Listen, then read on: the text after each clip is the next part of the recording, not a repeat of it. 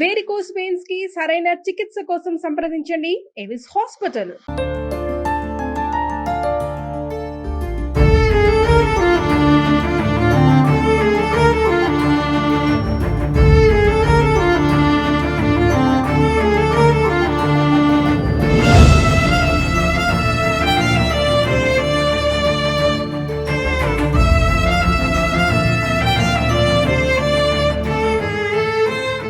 రాష్ట్ర వ్యాప్తంగా కలకలం రేపుతున్న బంటి అలియాస్ కృష్ణ యువకుని హత్య కేసులో పోలీసులు అయితే తమ విచారణను వేగవంతం చేశారు. ఇతా ఉన్న పరిస్థితి కనపడుతుంది. ప్రస్తుతం అయితే ఒక అంచనాకు వచ్చారు. ప్రాథమికంగా ఇది పరువు హత్య అనే అంచనాకైతే పోలీసులు వచ్చినట్టు తెలుస్తుంది. దీనిపై మరిన్ని వివరాలు తెలుసుకునేందుకు మనతో పాటు సూర్యాపేట డీఎస్పీ రవికుమార్ గారు ఉన్నారు. సార్ చెప్పండి, పరువు హత్య అంటున్నారు, వాస్తవమా కాదా?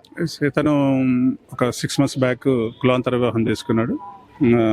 డిసీజ్ వాళ్ళ వైఫ్ చెప్పేదాని ప్రకారం నిన్న 5 o'clock బైర్ మహేష్ పర్సన్ వచ్చి తీసుకెళ్ళిండు. మార్నింగ్ మర్డర్ అయినాడు. కులాంతర వివాహం వల్లనే జరిగిందని వాళ్ళ ఒక కంప్లైంట్. అది పూర్తి విచారణ జరిపితే గానీ కంప్లీట్ అయితే గానీ మనం ఏదైనా చెప్పగలం. ఎంతమంది ఈ హత్యలో పాల్గొన్నట్లు మీకు ఒక ప్రాథమిక సమాచారం? ప్రాథమికంగా వాళ్ళైతే ఇద్దరిని సస్పెక్ట్ చేస్తారు. వాళ్ళు దొరికితే గానీ ఇంకెవరైనా ఉన్నారని చెప్పగలం. అంటే ఎప్పటివరకు ఈ కేసు కొలిక్కిచ్చే అవకాశం ఉంది?